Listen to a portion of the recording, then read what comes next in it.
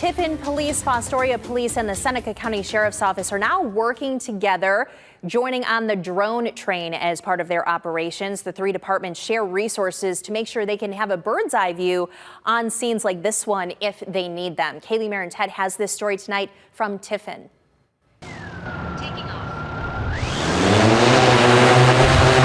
The purpose of drone technology for policing is for citizens' protection. We want this up in the air to give us eyes that we haven't seen, to have situational awareness for a big operation that we might have. It was donated as part of the national program Project Lifesaver, given to the Seneca County Sheriff's Office from the Area Lions Club to help find missing people.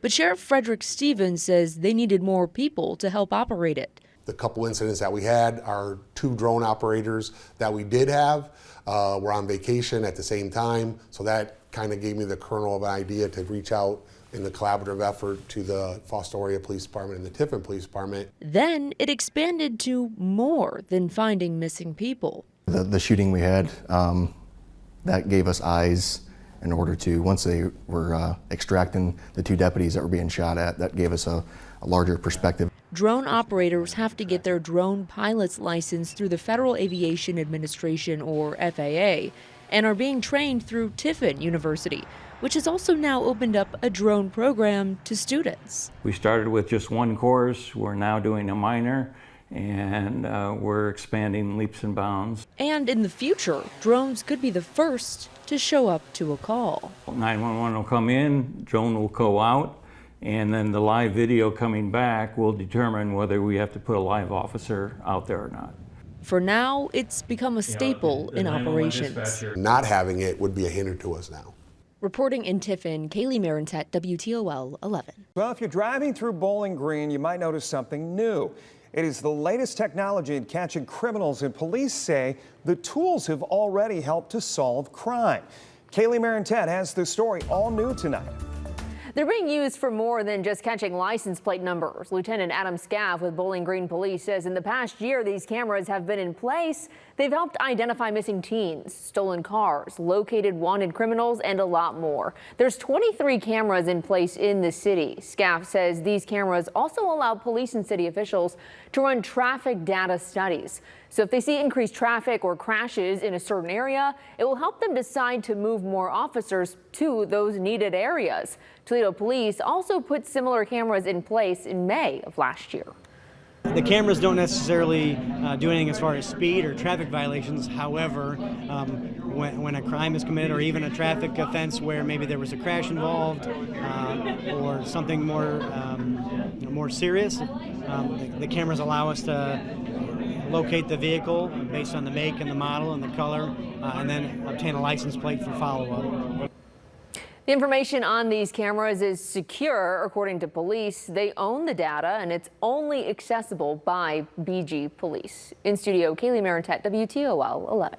All new at 11. They are a controversial tool used by everyone, from the U.S. government to even your next-door neighbor. Now, police are using drones as well. But how and why? Across the country, at least 347 law enforcement agencies now have drones, according to Bard College. 9 on your sides. Kristen Swilly gives us a bird's eye view of how they are changing one local department.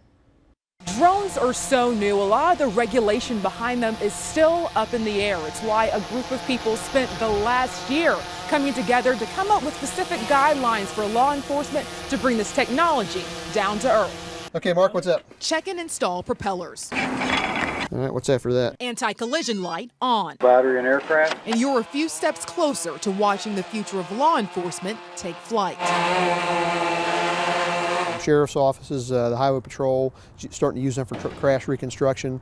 Fire, EMS are now using them. Drones offer new perspectives for surveillance. We're able to zoom in from about 2 miles out into a parking lot in town. Help jurors visualize a crime scene. The officer, when testifying, can then explain this happened here. And come with their own set of risks. And it crashed from about 350 feet up in the air. Had that fallen onto a person, it would have caused some serious injury, if not death. But it wasn't until last month, Ohio Ohio-issued guidelines for police. The technology was advancing far faster than the law was. Blue Ash Lieutenant Steve Schuler was part of the task force that came up with those guidelines.